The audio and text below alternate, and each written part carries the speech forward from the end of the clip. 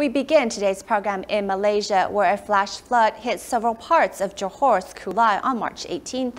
The next day, local Tzu Chi volunteers and volunteer firefighters reached out to the most affected area, Wedo Garden, to help clean up.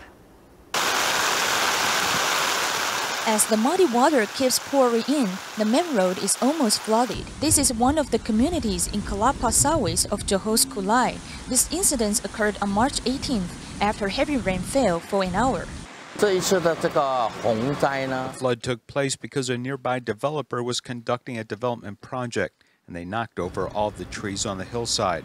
The developer also built 2 retention ponds, which only collected water without allowing it to drain. So after the rainfall, the pond burst its banks and the water flooded down the hillside. Wedo Garden was the most affected area, as a total of 24 residential houses were flooded by muddy water. The mud accumulated as high as 2 or 3 inches. The room was also flooded by the muddy water, which caused most of our items to be damaged.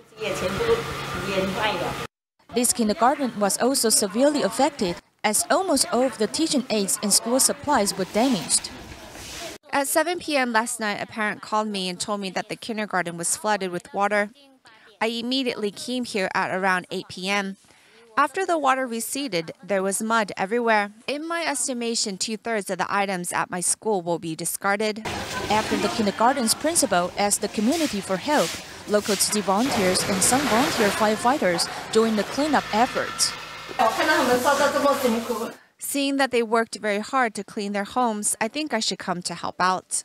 The doors of many residential houses were stuck in the mud, so the residents were unable to enter their homes.